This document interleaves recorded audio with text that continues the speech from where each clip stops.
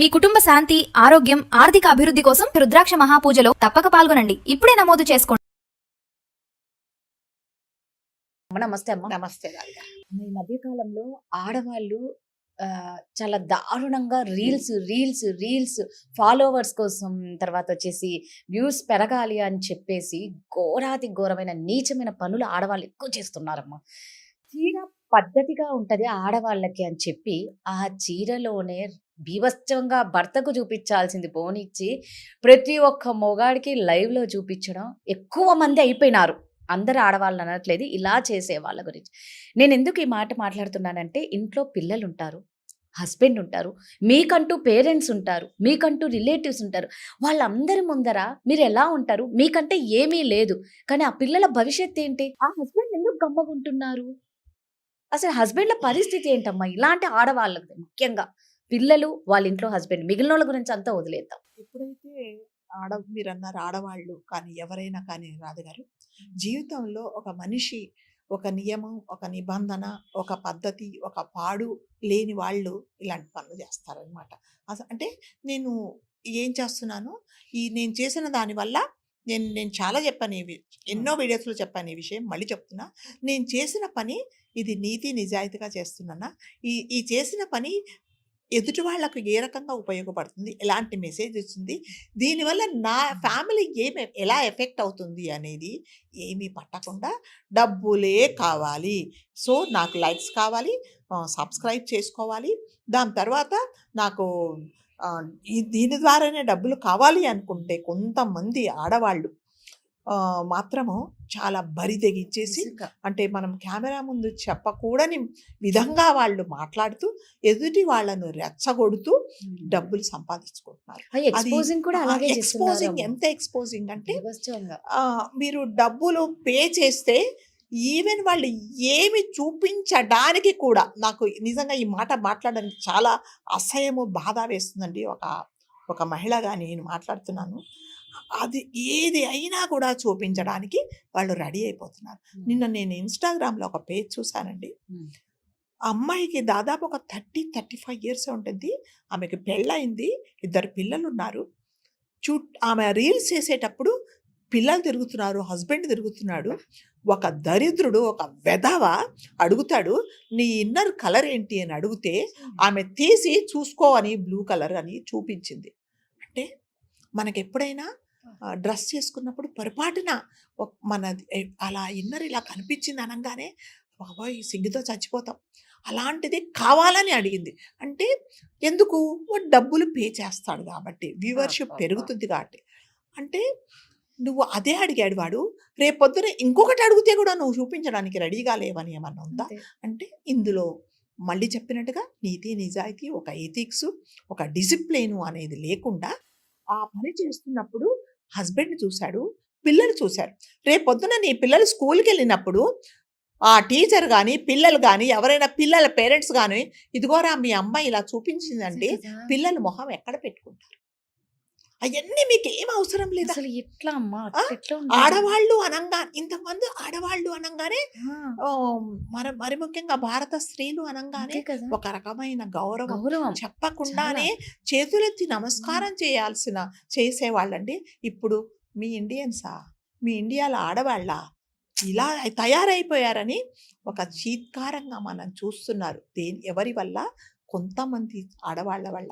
నీతి నిజాయితీ లేకుండా అర్ధరాత్రి 10 గంటలు అయిందంటే చాలు, మీకు ఇష్టం వచ్చినట్టుగా, అంటే ఎదుటివాడు డబ్బులు ఇస్తే చాలు, ఏమి చేయడానికైనా, ఏమి చూపించడానికి, ఏ దరిద్రం చూపించడానికి కూడా నేను రెడీగా ఉన్నాను అని ఆడవాళ్ళు ఉన్నారు. అంటే ఇంకా ఏం లేదండి వాళ్ళకు. ఒక చెప్పాను కదా, ఒక నీతి, ఒక నిజాయితీ, ఒక సంస్కారము అనేది ఏమి లేదు. మీరు చేసేటప్పుడు మీ తల్లి తండ్రి, మీ అన్నయ్యలు కదా, మీ పిల్లలు, మీ హస్బెండ్ కదా, అంటే ఒక భార్య కానీ భర్త కానీ మీ మీద సర్వ హక్కులు ఎవరికి ఉంటాయంటే భార్యకు భర్తకు ఉంటాయి. సో మీ ప్రైవేట్ టైంలో మీరు చేయాల్సిన పని అంతా మీరు పబ్లిక్లో ఎవడో తెలియని ఒక బాధవ ఏదో అడిగానని చెప్పేసి మీరు ఏది చేయడానికి కూడా, ఏది చూపించడానికి కూడా మీరు రెడీగా ఉన్నారు అంటే మీరు ఎక్కడున్నారు, ఏం చేస్తున్నారు, దీనివల్ల మీరు సొసైటీకి ఏం మెసేజ్ ఇస్తున్నారు అనేది మీరు ఒక్కసారి ఆలోచించుకుంటే అసలు మీరు మనుషులేనా అని అనిపిస్తుందండి. అంటే వాళ్ళకేం చదువులు కూడా ఏం లేవు రాదుగారు. నేను చూసాను ఈ మధ్య పల్లెటూరు వాళ్ళు కూడా అంటే ఒక ఆవిడ మంచం మీద పడుకొని లైవ్ చేస్తుంది. ఒక ఆవిడ ఏంటి వెనక్కు తిరిగేసి ఏంటి వెనక బ్యాక్ నుంచే చూపిస్తూ నన్ను లైక్ చేస్తే నేను ముందుకు తిరుగుతానంటది. ఏంటంటే లైక్ చేసేది? ఏం లైక్ చేయాలి మిమ్మల్ని? మీరు పిల్లలకి ఏం చెప్తున్నారు? రేపొద్దున నీ పిల్లలు కూడా అదే చూస్తున్నారు. ఒక అమ్మాయి ఇలా రీల్స్ చేస్తున్నా వాళ్ళు ఆ పిల్లలు పిలుస్తు అమ్మ రామ్మా ఎంతసేపు చేస్తామమ్మా రీల్స్ అంటున్నారు. అంటే మీరు చేసేదంతా నీ పిల్లలు చూస్తున్నారు కదా. రేపొద్దున నీ కూతురు కూడా నీ పక్క రూమ్ లో ఆ పని చేయదని నువ్వు గ్యారంటీగా ఉండవా? అమ్మ నువ్వే చేస్తున్నావు కదా.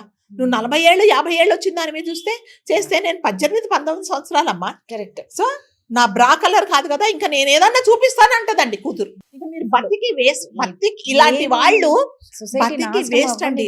మీకు అంగవైకల్యం లేదు, ఏం లేదు. ఏ పనైనా మీరు చేసుకొని బతకొచ్చు కదా.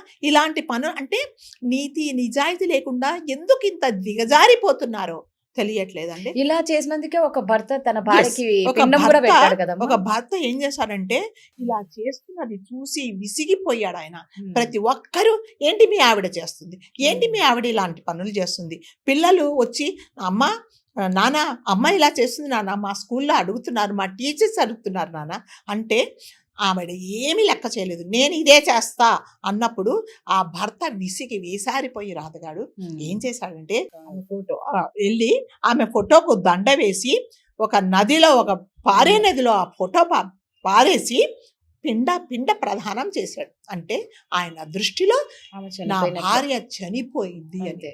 లాస్ట్కి ఏంటంటే మీ భర్త నుంచి మీరు ఇలాంటి చీత్కారాలు ఎదుర్కోవాల్సి వస్తుంది. కాబట్టి దయచేసి ఈ లైవ్ చేసే వాళ్ళందరికీ మీరు ఏమైనా అనుకోండి, ఒక విజ్ఞప్తి ఏంటంటే ఒకసారి మీరు ఆలోచించుకోండి. అది వాడు అడుగుతాడు, డాన్స్ చెయ్యి, నీ పమిట ఇంకొంచెం కింది కను, ఒకసారి చీర పై కనుకు, ఒకసారి నడుము దిప్పు, నడుము కనబడట్లేదు అని మాట్లాడితే వీళ్ళు చేస్తున్నారండి ఆ పని.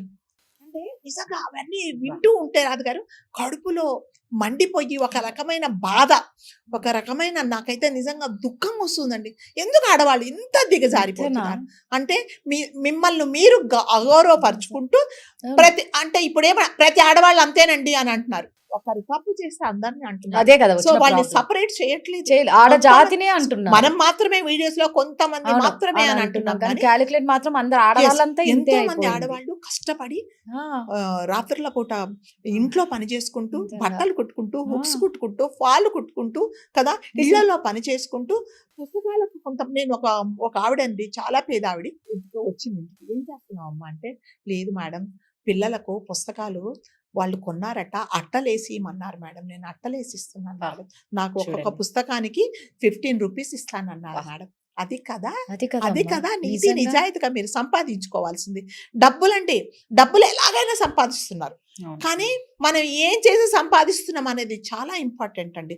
సో ఇలాంటి లైవ్ చేసే ప్రతి ఒక్క స్త్రీ ఒక్కసారి మీరు ఆలోచించుకోండి.